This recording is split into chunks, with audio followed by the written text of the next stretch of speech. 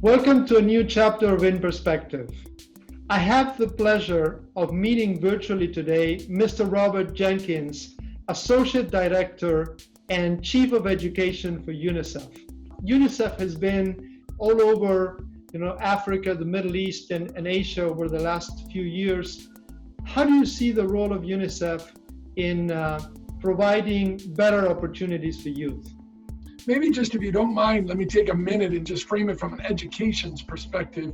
The world was experiencing a learning crisis before the pandemic, with over 250 million children out of school, but also more than half of the children, say around 10, 12 years old, unable to read in low and middle income countries. At the height of the pandemic, 1.6 billion students had their learning disrupted. So indeed a challenging time. How do you feel that we are going to deal with the pandemic in the next few months, but more so, what to expect after the pandemic? What we've seen as a result of this pandemic is an opening up of new ways of learning, new multiple pathways for children to learn. And I think after the pandemic, when things have become sort of normalized, if you'd like, we're going to see a lot of these innovations continue to take hold in school systems and leapfrog education into a much more modern, much more dynamic way of learning.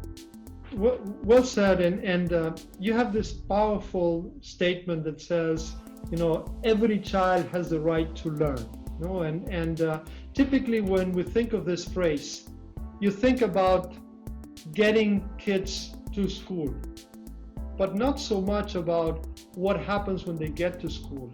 And proficiency is a big issue. What is UNICEF doing about this? Let me just raise a few points. One is it's very important for children to start school ready, and that means early childhood education.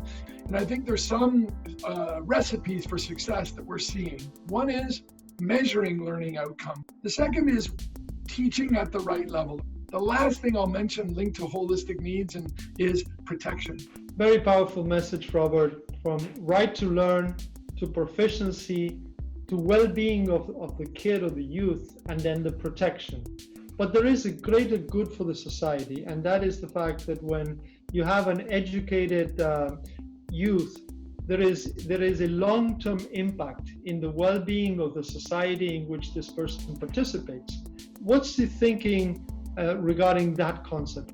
Well, it's a great point. And, we feel, and of course you're going to expect me to say this, in working in education, the greatest investment in long-term economic growth and social change is education. And Claudia, an area that also requires greater focus is entrepreneurial skills. What do you think that ultimately this effort would bring to the world? If we all focus on education, how would the world look like in the future?